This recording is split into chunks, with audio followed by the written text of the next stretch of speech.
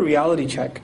Looking back and saying, what is it that Allah has given us? Especially in Pakistan. I mean, it's a tragedy that 2-3 generations ago, not even a century has gone by, that young people were out in the streets, they were making prayer to Allah the entire night. Oh Allah, give us a land where we can worship you, where we can live as Muslims, where our children can say La ilaha illallah one day, right? And these people were slaughtered like animals, like Muslim blood was cheap.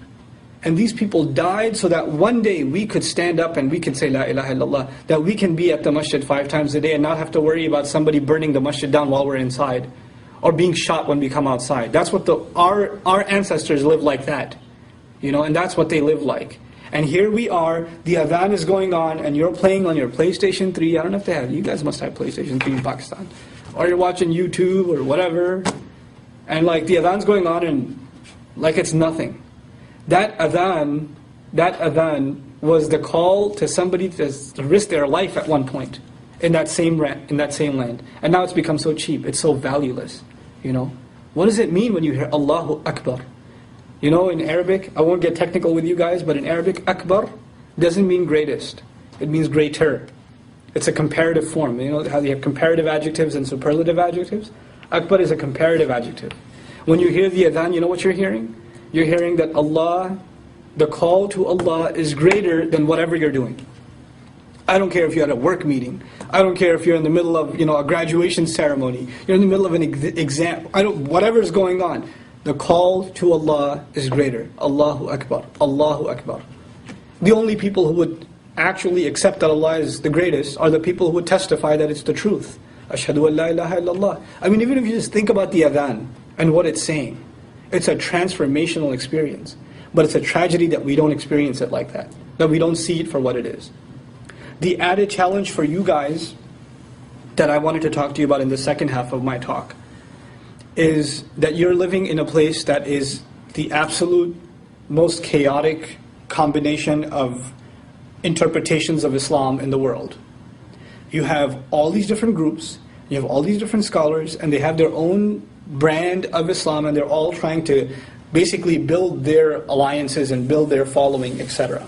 And so it can be very challenging, and for someone on the outside to look at that, it's easy to say, oh, these mullahs, all they do is fight each other and make groups and bash each other, so why should I even bother? And you know what? It's understandable. That is something that Bani Israel had done before us, and they ended up, Allah talks about this idea of Muslims, knowledgeable Muslims clashing with each other, and then the next generation just dropping their religion altogether, because they're like, why should I even bother with this, right? So Allah says in Quran, for example, in Surah Al-Shura, He says, وَمَا تَفَرَّقُوا إِلَّا مِنْ بَعْدِ مَا جَاءَهُمُ الْعِلْمُ بَغْيًا بَيْنَهُم. They didn't disagree with each other until after knowledge came to them, out of an arrogance and a rebellion among themselves, and urged to rebel against each other and dominate each other. That's why they were arguing. And then at the end of that ayah, he says, وَإِنَّ الَّذِينَ أُوتُوا الْكِتَابَ أُورِثُوا الْكِتَابَ مِنْ بَعْدِهِمْ لَفِي شَكٍّ مِّنْهُ مُرِيبٍ.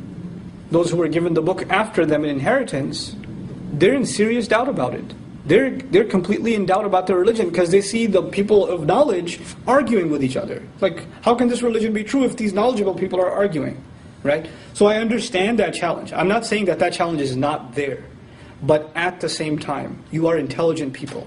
You're going to college, you're going to high school, you're living in the 21st century, the century of open information. You have the obligation to at least study the religion for yourself, sincerely, not to cut corners, not to justify for yourself what you're doing is halal or not for those cheap or low purposes, but really to find your purpose in life. Why are you alive? Why has Allah put you on this earth?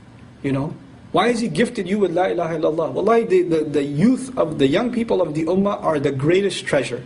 And them wasting their life, them not appreciating the talent and the potential that they have, and what they can do for the world, it's a tragedy. It really is. As you're watching this video, the events of Egypt are unfolding before us. And I couldn't help but talk to you about that too. It's young people that brought a dictator to his knees.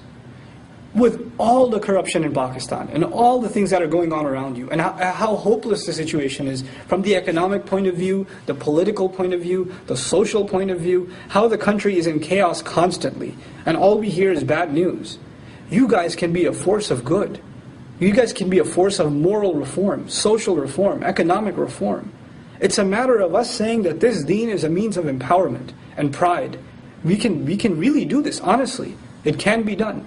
And it's in your hands. It's, Allah has given that to you. So, take it and take it with pride. And, I'm talking right now to the men and the women that are listening. That this is a responsibility to uplift the Muslim community in Pakistan, to uplift them, and to have them live by the principles of justice, live by the principles of mercy, to truly show Islam what Islam is supposed to be.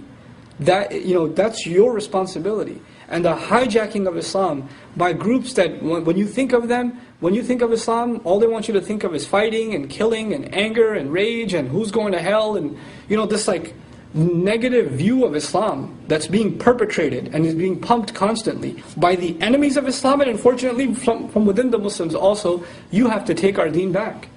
You really do. It's our deen, and we have to stand by it as the way it's supposed to be stood by.